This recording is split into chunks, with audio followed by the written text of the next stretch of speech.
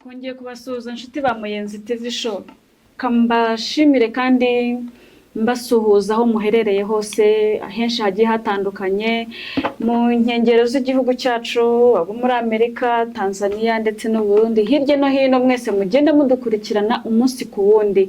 Ndabashimiye cyane kandi ndabakunda. Uyu munsi rero ntibisanzwe, muri kumwe nanjye Sharon Mbabazi, ariko ntago mba ndi jyenyine muri studio zacu. Ndabakiriye bakobwa beza, mumeze neza? Tumeze neza. Murashima Imana? Turashima Rurema. Umwaka mushya kuri twese. Yego, mumeze neza? Mwatangiye umwaka neza se? Umwaka wagenze neza, wari umwaka utoroshye ariko byaciyemo. Okay, kanakire uri iruhande rwanjye, turamwakiriye atangira twibwira. Murakoze. Nanjye ngiye kubasuhuza. Amazina yanjye nitwa Harmony Lily Presence. Harmony Lily Presence. Iwabo ni Abanyamerika. Uhita wumva umwana aho yavukiye n'igihe yavukiyemo cyane. Ni byiza cyane. Nduwejo bundi se. Cyane rwose babyumvikana.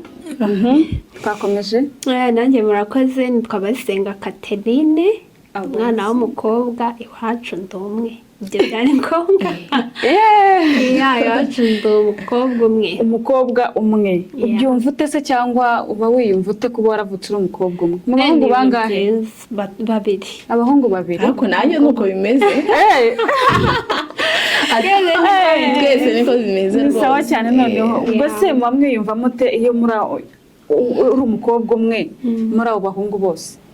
Bari danje. Gusa nanone baba bagufata neza, bagufasha ko ari umwe. Yego. Ariko kose. None se ku mubyeyi nka mama wawe?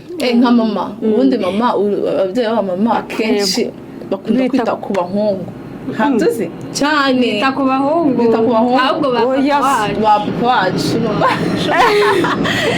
Kandi waravutse uri umukobwa umwe. Ibyo we ntago byitaho cyane. Ababyeyi b'abamama bikundira abahungu.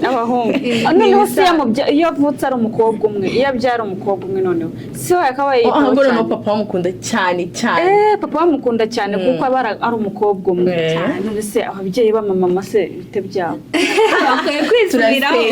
Turasengera da. Okay, mbahaye ikaze muri studio za Muyenzi. Kandi cyane. Yes, nishimiye kuba ngiye kuganira namwe. N'abakobwa beza nkuko mubibona kandi bashima Imana, n'abaramyi, n'abaririmbyi. Ubu ngubu nibyo tugiye kwinjiramo. Reka dutangirana n'isengesho. Ndakira Catherine kugira ngo dusengere. Yego.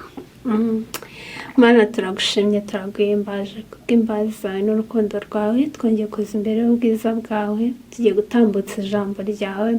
Mwami, reka ibyo tuvuga tubyivugishe, tubivugishwe nawe. Koza ku bw'ubuntu bwawe n'imbabazi zawe, dufashe dukoreshwe nawe mu izina rya Yesu Kristo. Amen. Imana iguheze umugisha. Rero namwe badukurikiye mukomeze kubana natwe, ndetse munaduha comment zanyu ziba zikenewe. Banakora subscribe. Umuntu utarayikora niyo ya mbere. Ngiye guhera ku muri nawe abivuga cyane. Agira ate? Akore subscribe. Mukore subscribe kuri Umuyenzi TV. Ni Muyenzi. Yego. Noneho rero twinjira mu kiganiro cyacu. Muri iki gihe dusigaye tubona mu bijyanye na Gospo. Turabona abahanzi benshi bagiye batandukanye. Tuzi abakera batubanjirije nk'aba Emme Uwimana, tuzi ba Gahongayire, benshi. Ariko bamwe muri bo bagenda batakigaragara cyane. Ese mubibona mute? Kiragoye. Icyo reka abona gisubize. Kiragoye ariko ndagerageza. Umunyeshuri agomba kugerageza.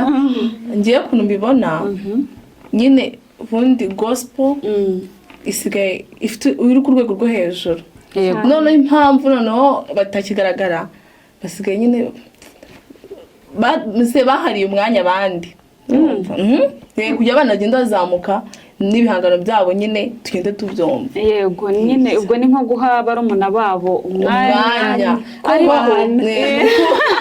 bazanye kubana mu rugo, ariko ntibivuze ngo tubabure.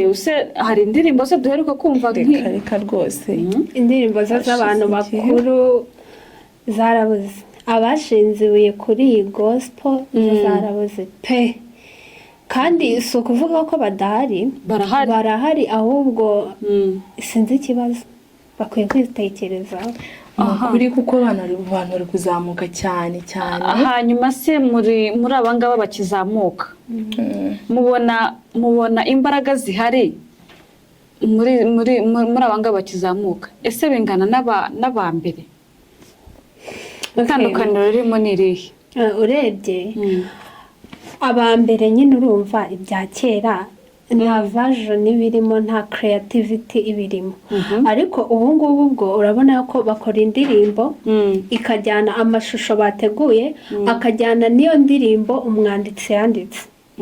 Ni ibintu bitandukanye cyane kuko ubu ngubu harimo creativity, innovation, abantu nyine barakora kandi bagakora cyane kugira batanga ibintu byiza. Rega kuri ubu udatanze ibintu byiza nta n'ukireba ibintu byawe. Bisaba rero gutanga ikintu gifite karite kandi gifite imbaraga, abantu nyine bari bwumve akavuga ati wow, iki kintu ni cyiza. None se muri za ministries zigiye zitandukanye hari izo ntacyumva indirimbo zabo nshyashya, ese ni iyihe noneho iherutse gusohora vuba? Iherutse gusohora vuba True Promises iri mu kazi n'ukuri, nukuyihemba nukuyiha ibihembo, nukuri pe rwose yo iri hejuru. Gusa iyo ntaheruka kubona healing yabaye iki? Bazatubwire neza nukuri, turabashaka turi abakunzi banyu, turabafana, please barabyumva wongere mwikubitaga iki. Uravuze ngo True Promise niyo iherutse, ni iyihe ndirimbo baba baherutse? Ndumva yango kuri ari Israel Mbonyi na Emme Uwimana. Very big debate. God. Umva ahora turanyije. Ninde bikora kurusha undi? Ni Mbonyi. Oya cyane. Ntago numva ngiye ko Mbonyi ari ubikora kurusha Emme Uwimana, ko Emme Uwimana ni umugabo uriya bundi tumwita papa w'abaramyi mu Rwanda. Papa w'abaramyi tabizi tumwita papa w'abaramyi. Uriya mugabo azi kuririmba cyane. Nubwo Mbonyi nyine abizi ewana hano hose bamuririmba, ariko yego ubaha nyine umukoro. Kuba ari mukuru se nicyo bivuze. Reka babwire ikintu cya mbere, Mbonyi yaramenyekanye. Njye namumenye nkiri umwana muto nyifite nk'imyaka nk'itanu. Noneho se nawe yari ahari, ariko urumva Mbonyi we just wenda urabona yari umuntu yari akiri muto, none uko none umusore ariko ntabwo yarusha Emme. Ariko niyo mpamvu reba indirimbo yaje nyuma ya Emme Uwimana. Reka tubirebere ku ndirimbo zabo. Reba iriya ndirimbo ya Emme, turirimbire muririmbire Uwiteka indirimbo nshya, kuko aje gukora ibitangaza mu gihugu cyawe. Urumva iyo ndirimbo nayimenye. Indirimbo niyatanze Israel Mbonyi ya kera. Gospo iyo ndirimbo igiye kumara nk'imyaka nka 25 hejuru kuzamura nako ntabwo ni byiza gusa ngiye Mbonyi urumva ari umfasha. Abadukurikiye kubafasha arafasha ngenda ni ku giti cy'abantu badakurikiye baza kuduha comment. Yes, baza kuduhereza comment. Ari Israel Mbonyi na Emme Uwimana. Dukeneye comment zanyu. Reka mubwire muze kutubwira. Mbonyi indirimbo ziwe zarakunzwe ibaze aho indirimbo ziwe ziririmbwa n'ayandi worship team yo mu kindi gihugu none nkirango ni Nasiri guko none se gato ko manze mu indirimbo gato iriya turayizi se ni Nasiri naye Yesu yanifanya niwe jasiri kwa amani nayo riki yanifanya niwe jasiri yaniburudisha ntabwo ngukunda reka Mbonyi rwose ibyo kuba yarageze no muri Amerika na hehe ntibikuyeho ko aruta Emme wenda ntituvuze ngo ni mu bukuru kuko uyu nguyu bamwita papa w'abaramyi Emme bamwita papa w'abaramyi ariko nanone indirimbo ze ziranditse zirimo n'amavuta indirimbo ze na ubu ngubu ziracyaririmbwa na n'ubu ngubu ziracyuzuza kumva ni nk'ejo bundi ahubwo nayo kumva ni nk'ejo bundi ubu nanjye hari za Mbonyi zirimo zirazamuka ntabwo tubyanze turabizi yuko na Mbonyi pe arakora turanakubaha shout to you Mbonyi ariko papa w'abaramyi hejuru cyane yes we aha twagiye tukiraho ku bijyanye n'ibitaramo ninde muntu uherutse mu gitaramo vuba twabigiyemo rwose mutubwire yego cya gitaramo cy'ejo bundi cyabaye kuri 29 z'ukwa 12 yego ngo arakibonye cya gitaramo cyari igitaramo cyakoze amateka ku isi hose cyane mu Rwanda ho kubera iki byagenze kuriya ni iki cyabayemo gituma byara trendinze cyane ndetse bikaba ari ibintu bitari bisanzwe ni ukuvuga ngo kiriya gitaramo ubundi cyatewe inkunga na Zayoni na Zaburi nshya nibo babigizemo uruhare turanabashimira Imana ibaha umugisha twahawe umugisha muri arena twabishimye hanyuma rero kiriya gitaramo ikintu cyari kirimo kidasanzwe kiriya gitaramo hari harimo korali bita Joyous Celebration ngira ngo urayumva iriya korali zikuririmba iriya korali ifite amahiti reka nk'uko babivuga nyine muri sekira nk'uko babivuga izi kuririmba pe nyine no kwifata ikaza mu Rwanda ni ikintu kinakomeye cyane byubatse ngira ngo ubwo niho byahereye nicyo kintu cyabiremereye nabyo birimo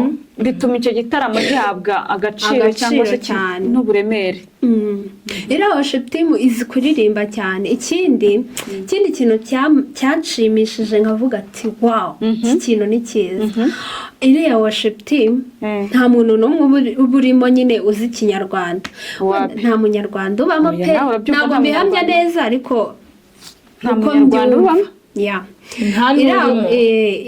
iriya worship team uziko bifashe bakaririmbana indirimbo y'Ikinyarwanda n'abanyarwanda twese muri arena tukavuga ati Imana iramanutse ahantu ndi kuyumva nabo bararepesa nasi twebwe nese turepeta izi zawo z'icyongereza ntabwo ari ukurepeta uko baririmbaga ukumva muri kumwe ukumva n'abanyarwanda bararepesa ariko hari harimo amavuta ku buryo imitima yahavuye ibohotse nanjye nawe ubona ko yakozweho kabisa ariko ukunda njya nkumva ukunda nta gitaramo cyo kiguciye cy'Imana ntabwo cy'Imana ndagerageza by'Imana yampaye nkakoramo nkajya kureba imbaraga z'Imana wow ni byiza cyane ndetse no kugera kuri urwo rwego rwo kugira ngo ivugabutumwa nk'iryo ntirigucike ahantu nk'aho ngaho buri umwe wese bakwiye kuhagera igihe wumva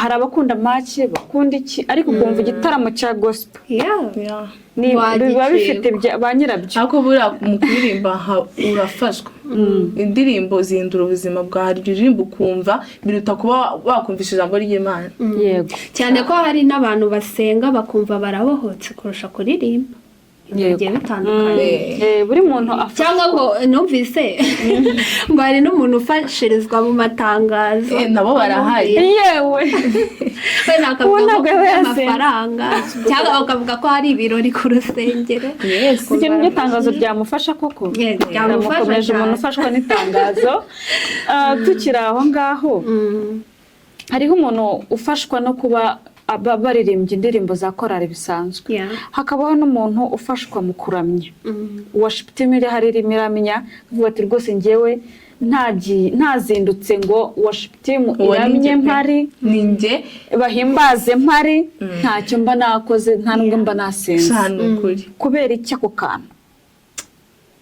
ako kantu kabaho izambaraga nyine z'indirimbo nyine umuntu afashwa mu kuramya ubu nanjye ubivuga niko biba bimeze reka duheraho noneho tuzamuke twiyumvishe ko tugiye kuramya Imana mu kahe gatoya niyo yaba iminota 2 cyangwa 3 tunabasezera rwose abadukurikiye tuganye ku musozo bye tuzajya tubanyurizaho ibiganiro bya Gospo bya nyine na Gospo kugira ngo tujye tumenyeraho amakuru ageze n'ababikunda ndetse mu bihe bigiye bitandukanye kandi mwakoze kambashimire yes katuzamuke rero turamya Imana ndetse nawe uri bubyumve ufashwe mwuka wera kugireho Imana bahereze umugisha nuko nyihamagara imbabazi ziwe ziritaba naragira icyo mvuga zirampobera ziti ngwino usange mutima nkunda cyane ndakubabariye nuko nyihamagara imbabazi ziwe ziritaba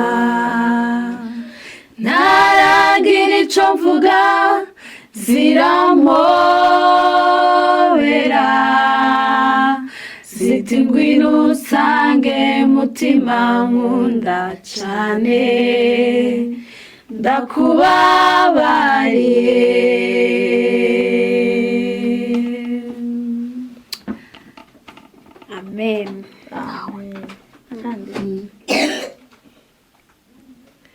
Imana yacu niyo yo kwiringirwa ibihe n'ibihe haba mu mvura mu mwijima w'icuraburindi n'Imana ntagikomeye imbere yayo ifata imisozi kayigira amataba